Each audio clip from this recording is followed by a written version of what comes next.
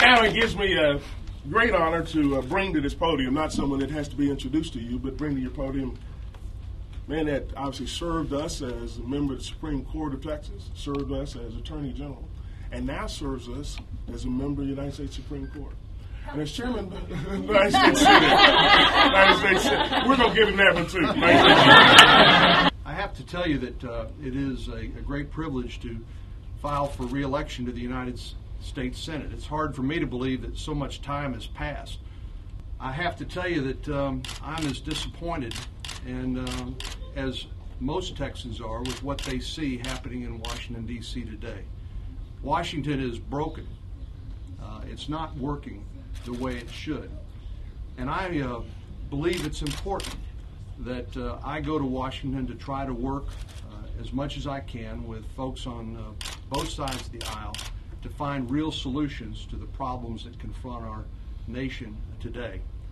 It's critical for a variety of reasons, for economic, environmental, and security reasons, that we not be as dependent as we are on imported oil from dangerous parts of the world, and that we not enrich our enemies like Hugo Chavez and others by paying them $100 a barrel for their oil.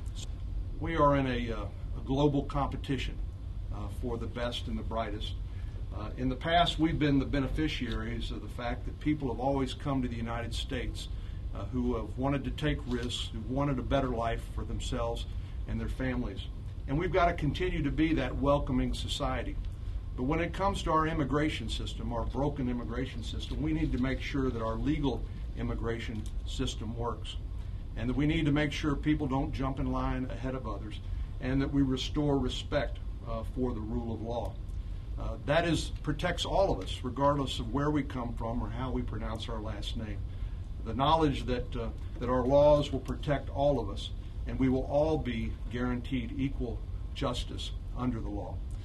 What do you have to say to Rick Noriega, who says that you're a show horse who takes certain votes in Washington and then comes back to the state for photo ops to try to give a different impression?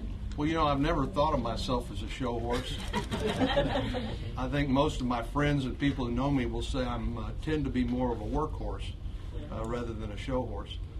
But, you know, I'm running for the nomination of my party for the United States Senate. There is a Democratic primary. No one is going to be handed those nominations on a platter. We're going to have to run for them, and there'll be plenty of time for me to talk to whoever the Democratic nominee is when they win that primary. That'll wait, I presume, till the March primary.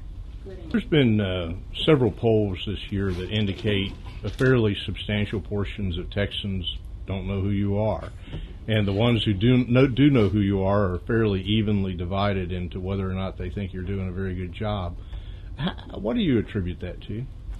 Well, RG, you know, I've been around politics long enough to know that polls outcomes can be determined based on who's asking the questions and how you ask those questions and the sample that you take. We're doing, not surprisingly, some of our own polling. And while I'm not going to share that with you here today, I will tell you that we're doing just fine. But my point is that I tried to make is that there's a lot of new folks that have moved to Texas because we have grown so much. And it's important that I do my job to make sure that they understand who I am, what I stand for, and what I intend to do if I'm reelected to the United States Senate. And that's one reason we're raising the resources necessary to communicate that message. Texas is a big, expensive state to run in. One figure I've heard mentioned, it's about $1.4 million a week for television advertising. That's one reason why it's hard, I think, for any candidate running for statewide office to make sure that they're well known, because it's expensive and it's hard work. So we're going to continue to make sure that our message is clear, and I think in the end, people will have a very clear choice to make. I'm going to wait to see who the Democrats nominate. I hope to be the Republican nominee, but I think in the end there's going to be a very clear choice, and I think I'm very optimistic about the outcome.